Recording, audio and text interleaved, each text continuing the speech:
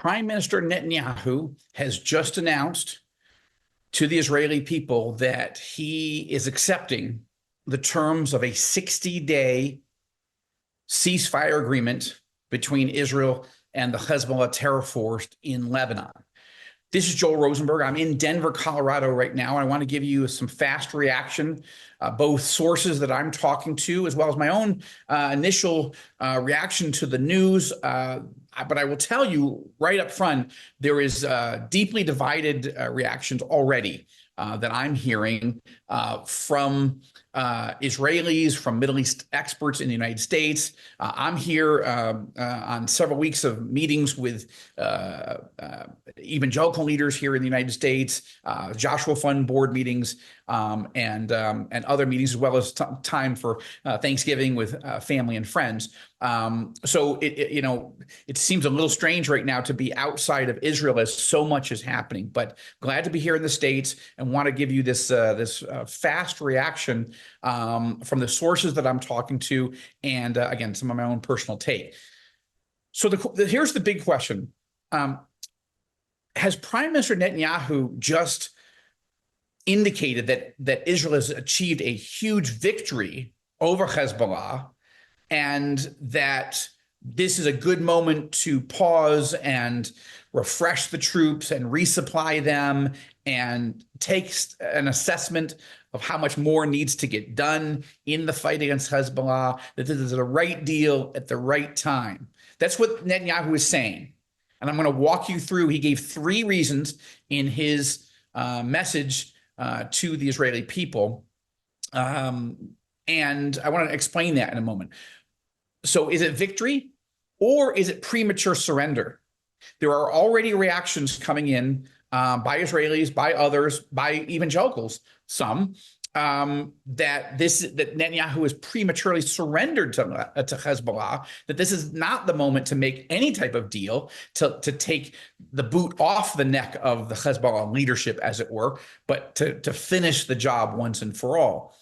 So those are the 2 sort of major dividing line reactions that we're seeing already. Let's start with Netanyahu's case, okay? He made 3 points as to why he is recommending a ceasefire deal, a temporary ceasefire deal. He emphasized that it's temporary. It's not a permanent ceasefire, and it's not an armistice agreement. It's a pause. That's the way he's describing this, a pause in fighting against Hezbollah in Lebanon. He gave 3 reasons for it and why he is recommending to the Israeli cabinet to accept the deal, and they will, although there is some internal disagreements, of course, among some. He gave 3 reasons. The first reason is, he said, this will give him and the Israeli leadership, military and civilian, time to focus on the Iranian threat. And then he said, I'm not going to talk about that any further. That was interesting. Okay. What does that mean? Well, he didn't say, so we can only speculate. Does that mean that Israel is considering a massive attack on the Iranian regime to destroy the regime, perhaps, to destroy the nuclear facilities would be the main objective, I would guess, to take out oil refinery capacities, whatever? Is that something that could happen in the next 60 days or so before President-elect Trump takes office in Washington on January 20th? But is Netanyahu wanting to use this window to attack Iran in a massive way, and therefore wants a moment where where Israeli forces cannot be engaged in a direct fight, second to second, minute to minute, day by day with Hezbollah in Lebanon? I don't know the answer to that question, but this was Netanyahu's first point, which is he wants to focus on the Iranian threat. And he said, I'm not going to say anything more about that right now. So the way he said it certainly suggested, it certainly implied that he has got something major up his sleeve and needs a window of time that the Israeli forces could focus on the Iranian threat. Okay, so let's watch that carefully. The second point that Netanyahu made in his live televised address to the Israeli people was that it's a moment to refresh Israeli troops and to resupply them. to re-equip the IDF, which he said had been facing many, numerous, and serious delays in resupply of ammunition and weapons. Netanyahu is almost certainly speaking of the pressure that the Biden-Harris administration has put on Israel, in which it has moved weapons and ammunition slowly to Israel or put a brake on some of those resupply efforts entirely, which has really bothered Netanyahu and the Israeli government and the Israeli people, and has hampered Israel's freedom of movement, freedom of action against Israel's enemies on all 7 fronts. Right? If your main ally, the United States, isn't sending you the weapons and the ammunition and the resupply, the missile interceptors, rocket interceptors, as they have promised, and as Congress had voted for all the funds to do it, if the Biden-Harris administration isn't doing it or is slowing it down, then that's a reason to say we need to take a pause and refresh our troops and regather, or allow more supplies to come in. On the refreshing point, let me just make the point that Israeli troops are exhausted. There's no question about it. I mean, Hezbollah is being destroyed. I mean, completely being dismantled as well. Netanyahu made the point that Israel has done tremendous damage to the Hezbollah terror infrastructure in Lebanon. I don't know that he used, I don't remember that he used all these specific numbers, but the IDF has reported that 80% of Hezbollah missiles have been destroyed. 70% of Hezbollah's drone forces have been destroyed. And of course, Israel's ground forces have moved from deep into Lebanon, and actually today, Tuesday, November 26th, reached the Litani River, a river that squiggles along about between 15 and 20 miles or so north of the official legal Israel-Lebanon border. And so Israeli forces reached the Litani River, which is critical because in the 2006 armistice agreement, or ceasefire agreement between Israel and Hezbollah, overseen by a UN Security Council Resolution 1701, it said that Hezbollah could not operate south of the Litani River anywhere near the Israeli border. But the UN didn't enforce that. The US didn't enforce that.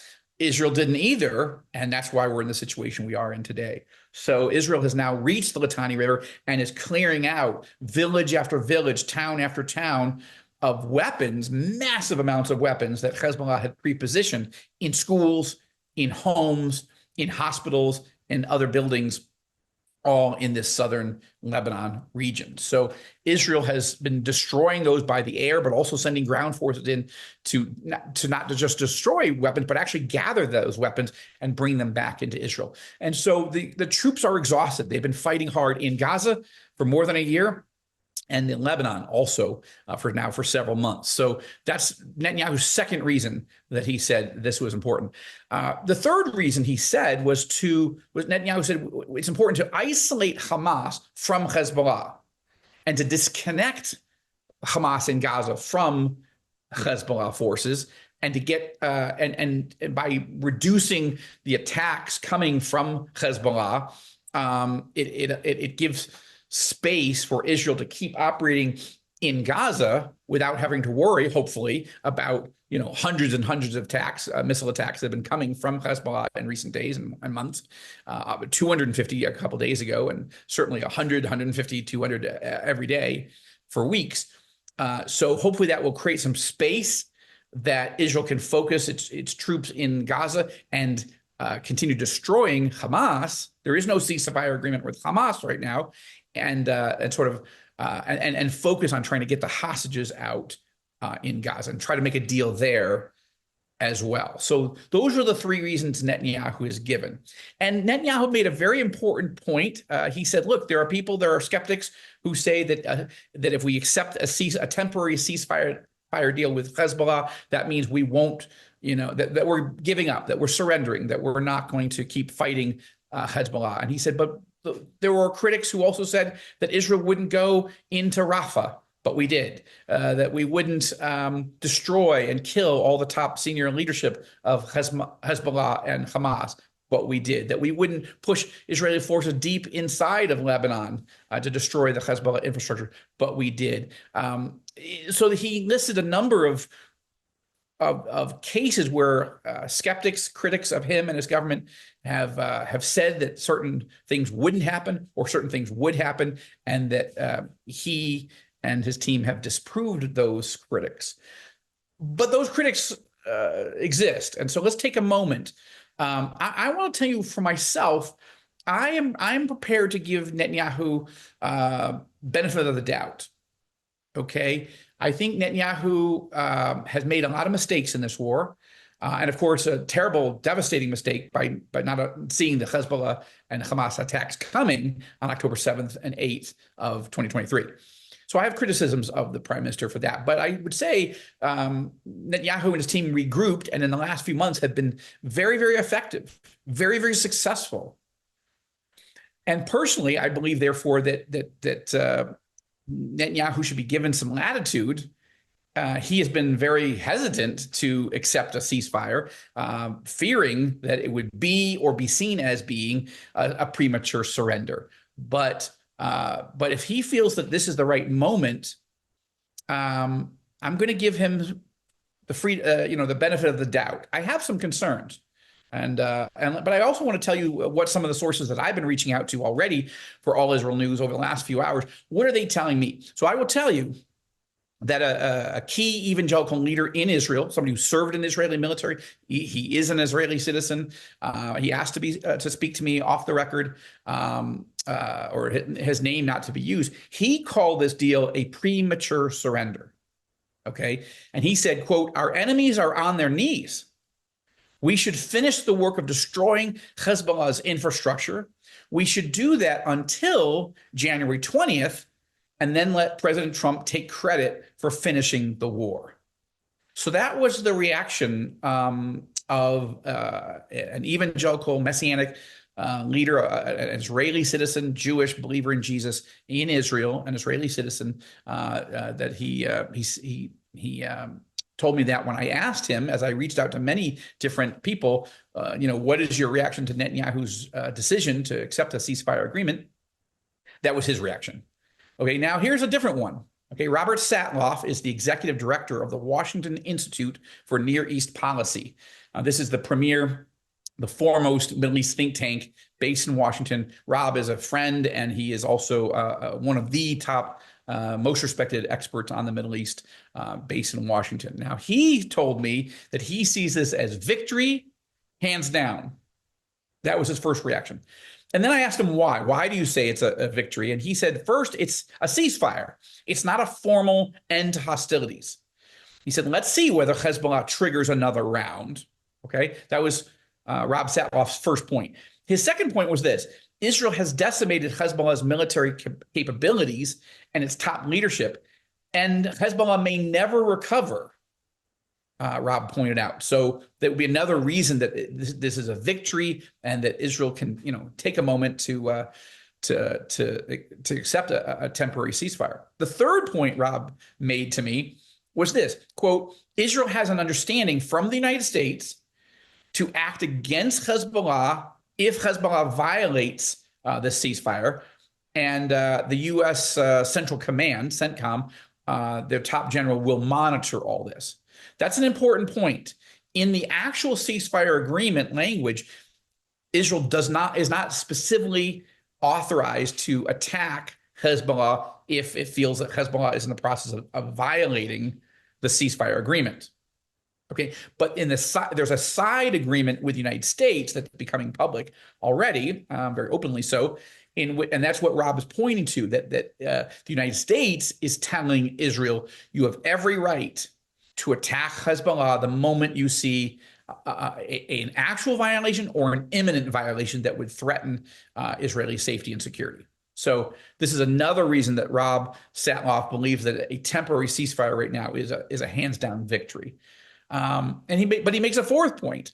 Satloff says this. He told me, Israel has done a great job of separating Hezbollah from the broader Lebanese society, to the extent that many in Lebanon, many Lebanese citizens, blame Hezbollah for the disaster that has befallen them. And as time passes, that great achievement will dissipate, he said. So basically what he's saying is that Hezbollah is under tremendous pressure by the Lebanese people, and it's important for them to see how much devastation they have brought upon, that it's Hezbollah that's bringing devastation, not Israel, that Hezbollah is being blamed by many, many, many more Lebanese people. Hezbollah is being blamed, not primarily Israel. So this is interesting. So his last point, quote, overall, Israel smashed an enemy and restored deterrence. Put all this in the context of taking out two major Iran proxies, Hezbollah and Hamas, plus successful Israeli attacks on Iran itself. So that's Rob's take. And it's a pretty compelling case. There are others that are quite concerned. I'll quote one more person for now, an opposition leader, an Israeli opposition leader, who's not prepared to put his name on this yet, but wanted me to understand what his thinking is. And he said, we are against a ceasefire deal at this time. Military achievements have not been exhausted. Hezbollah is still on its feet and operating. And he described the ceasefire by Netanyahu as an unwarranted stop in fighting when the IDF clearly has the upper hand. So that opposition leader is, in some senses, is an echo of what we heard from an Israeli evangelical leader. I'm not. By the way, I want to be clear. I'm not saying that all Israeli evangelicals or Messianic Jews see it the way that one person did. I just want to give you the reaction of the first person that I heard. So you're hearing a pretty divergent set of reactions to the ceasefire deal. Some are saying it's absolutely the right thing at the right time, and it's evidence of Israel's huge victory. Not complete victory, but a huge victory so far against Hezbollah, and it's fine to take a moment to catch your breath and pause in fighting. And others who are saying it's premature surrender. I want to play a soundbite before I wrap up this analysis by a woman named Sarit Zahavi. She is a retired lieutenant colonel in Israeli intelligence, and she runs a research think tank called the Alma Research Center, which is up in northern Israel, near the Lebanon border. So she and her team have been facing this onslaught of Hezbollah attacks for better part of more than a year now. And I want you to listen to her analysis of this moment. Let's take a listen. Hi, Joel. How are you? Here is my take on the ceasefire deal. I'm not sure it's premature because we did gain a lot of achievements with the IDF against Hezbollah. I would have been happier if we got all the way to the Litani River, but I also understand the restrictions and the decision. Winter is coming. We need to let go the reservists back home. We need to get the children back to school. Like, for example, my daughter is not going to school in the past 2 months. So I totally understand. The problem is not with the definition of victory or premature surrender. The problem is with the future. Like, for now, these are great achievements, but at the same time, nobody knows whether this agreement is truly going to fulfill our expectations to a different kind of reality in South Lebanon and Northern Israel. Is this agreement truly going to provide us security? Is somebody is going to implement the disarmament of Hezbollah south to the Litani River? Probably hardly. We don't have too much expectations, and that's why we don't know exactly how the future would look like, because Hezbollah wants a ceasefire that will enable it to recover. This is the key to understand what's going on here. It suffered tons of damages, and that's why it is interested in a ceasefire, not because it is interested in peace. The mission of the IDF, the mission of the Israeli government, the mission of the international community, and of course the Lebanese government is to make sure that this is not happening. Unfortunately, the Lebanese government didn't designate Hezbollah as a terrorist organization. Its relationship with Hezbollah is a relationship of between acceptance to subordinate, because Hezbollah is a member of the Lebanese government, and as long as this is the case, I don't see how we're going to see a change. Moreover, Iran had already promised to be involved in Lebanon in the day after, meaning to be involved in the rebuilding of Lebanon and rebuilding of Hezbollah. So I don't see how these two facts eventually will bring us to the fulfillment of the agreement. This is the real problem. It's not about the military achievement. Okay, so that's Sarit Zahavi, a retired lieutenant colonel in Israeli intelligence, saying that the big question here is whether Israel will ultimately finish the job and continue to destroy Hezbollah, so all Israelis in the north feel comfortable and confident that they could move back in. It's going to take some time. We're already hearing some northern mayors of northern Israeli cities. They are furious. They believe that Netanyahu has accepted a deal too quickly. Again, they're in this sort of premature surrender camp. But again, it's early, and I think we're going to see more reactions in the hours and days ahead. We're probably going to get some more details. So I'm going to be cautiously optimistic. I am going to give Netanyahu the benefit of the doubt right now. Now, there are many Israelis who don't trust Netanyahu at all, who are furious with him, who don't think he should serve. I just want to say that I think Netanyahu in recent months has done a very good job with his team. And I would, as you've heard me say, with now fired Defense Minister Yoav Gallant. I think Gallant was a very effective defense minister. I give Netanyahu every right. Of course, he has every right to release or fire a defense minister if they are clashing in their views of how to wage and finish the war. But you can't say that Gallant didn't have successes. He certainly did. And so all that to say, I think that Netanyahu has earned, in my view, he's earned the right that we give him some space to see if this is the right decision. I don't want to see Hezbollah sneak out of this. I don't want to see Hezbollah be able to reposition, rearm, resupply, and then attack Israel all over again. So am I concerned about that? Yes, I am. But is Netanyahu concerned about that? Of course he is. And Netanyahu doesn't want to be seen as prematurely surrendering, and he doesn't want to prematurely surrender. He wants to win, right? He's calling for total victory. But would a 60-day pause in fighting in Lebanon give Netanyahu and his team the ability to focus on the Iran threat? That's what he's asking for. I think that seems reasonable.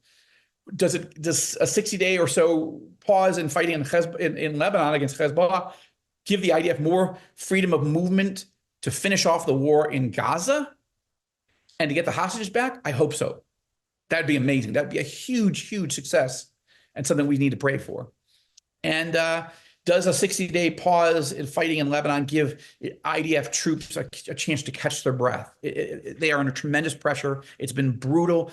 Marriages are failing because so many men are at the front. They're fighting for months and months and months and months and months, and they're exhausted, and their families are exhausted, and their wives can't take it anymore. And we've seen reports, we've reported at All Israel News that about 25% of Israeli reservists say, I'm not going back to the next time you call me up. I'm not going back into Gaza, or I'm not going back into Lebanon. That's already happening. Okay, not every unit is at 25%, but it's averaging about 25%. 1 out of 4 reservists are saying, I can't do this again. Now, technically, that's illegal, and you could go to prison for that. But right now, it's evidence that the country is so exhausted, winning, but exhausted, and it's taking a toll. Now, Hezbollah is exhausted also, and they're being picked apart and destroyed. But Israel is a small country. We're not the United States. We're not a continental country. We don't have 330 million people, right? We're a small country, 10 million people, 7.5 million Jews, right? A small economy, bigger than our neighbors, and an impressive economy. But this is taking a toll on our economy. It's taking a toll on our civilians. It's taking a toll on our troops. And so I've been praying for victory, but I've been also praying for quiet. And let's give Netanyahu some space. That's my assessment. And I'm willing for you to totally disagree with me. That's fine. And we'll see. We'll see how this plays out and whether Israel allows Hezbollah to do any violations. I don't think they will, but let's see what happens. And I would add one last thing. Remember, Netanyahu is trying to get through the end of the Biden-Harris administration and get to the arrival of President Trump and Vice President Vance. and then Secretary of State Marco Rubio, and the arrival of U.S. Ambassador to Israel, Mike Huckabee, and so forth. So this 60-day ceasefire also gives Netanyahu some space, him and his government, to sort of get to the end of the Biden-Harris pressure on them to surrender, and allows the cavalry to come, in a sense. And so I just want you to think about these various factors. You don't have to agree with me. I'm not trying to persuade you. I'm trying to give you a sense of the debate, and my sense that I'm cautiously optimistic, and I'm going to give Netanyahu the benefit of the doubt. From Denver, this is Joel Rosenberg with a special report for All Israel News as we analyze this big moment, a ceasefire deal between Israel and Hezbollah. Stay tuned to All Israel News for all the latest developments. Thank you, and God bless you. And keep praying for the peace of Jerusalem and for God to have mercy on Israel and our neighbors.